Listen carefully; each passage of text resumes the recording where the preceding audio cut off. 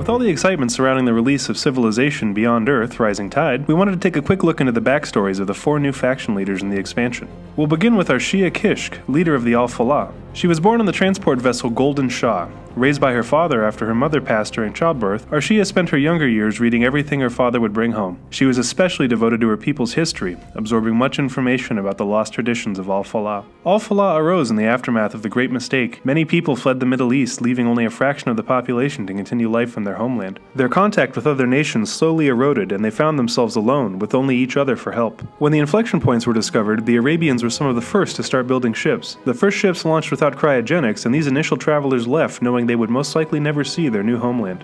It was on these ships that a culture of trade and bartering became prominent. Items that the government could not provide led to a burgeoning black market syndicate that dictated the way of life. At the age of just 23, Arshiya rose to fame, having taken over control of the syndicate and starting a Robin Hood-like structure of distributing goods to the poorer people on the ship. Her popularity soared as word of her generosity spread, and she soon became the unequivocal leader of the Al-Falah. Duncan Hughes, leader of the North Sea Alliance, was born in the port city of Aberdeen, Scotland. His surly personality did not seem to be suited for politics, but he was determined to pursue the career and use his character to his benefit. A man of the sea starting at a young age, Hughes was schooled at the Sturgeon Naval College. Coming from a wealthy family, he was forced to work the docks as a longshoreman by his father, who wanted to instill a strong work ethic in his son. His experience on the docks was not a positive one, as his fellow associates just saw him as a privileged kid working for his dad's company. This experience would shape him into a hardened man and have a profound influence on his personality.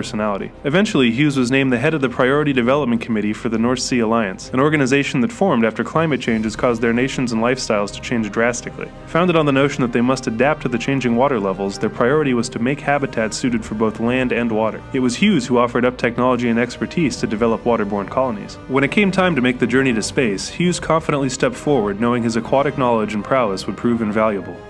Lena Abner, leader of Integer, was raised as a child of the world. Beginning at a young age, she traveled and was educated throughout the world, learning multiple languages and experiencing several different cultures along the way. Her experiences as a child led to her pursuit of a law degree in ecology, biodiversity, and humanitarian tech. These early accomplishments would pay dividends in the future as many issues surrounding her studies would surface, allowing her to practice and promote her beliefs. Eventually, Lena found herself working as a humanitarian. Her landmark case involved fighting for refugees displaced by the Great Mistake. Winning the case garnered multiple awards and attention from her peers. It wasn't until a visit to Poland that Lena got into politics. Her meeting with leading members of the Integer Party proved fruitful, and her forward-thinking humanism was quickly embraced by the party. However, her progressive policies were criticized by more traditional politicians, which further served to crystallize Lena's vision for a transmodern society and strengthen the minority voice, which was desperate for change. In the next elections, Lena became leader of Integer by a landslide. Espousing the ideals of sustainability, innovation, and diversity that comprise Integer's motto, Lena would ensure that the irresponsible and extravagant excesses of human history remained in the past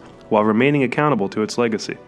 As a child, Jae Moon, leader of the Chungsu faction, showed a great passion for learning and began his education at a very young age. One of Moon's private tutors was a renowned physicist that recommended him to the council of Seisakugai Academy. While the details of Seisakugai's operations were restricted and confidential, it is well known that Moon was a standout student and was groomed for command. The young Jae Moon spent his formative years excelling in most areas, with a specific knack for political acumen. During the Harubang tsunami, Moon demonstrated his skill set by taking over the isolated sky station, saving hundreds of lives. The act gained the attention of the Chungsu entity. The Chungsu organization has always been a secretive group. Those from outside liken it to the Illuminati. Moon was recruited and became a part of the mysterious organization while still in his 20s. When it was time to go to space, Moon was put into cryogenic stasis and put through testing by the ship's AI. After the tests, Moon was among one of the 3 finalists up for Chungsu leadership. Using his charisma and young sage demeanor, he became the overwhelming favorite and won the selection after both of the other candidates dropped out. With his people fully devoted to his direction, Moon was confident he would lead them to prosperity.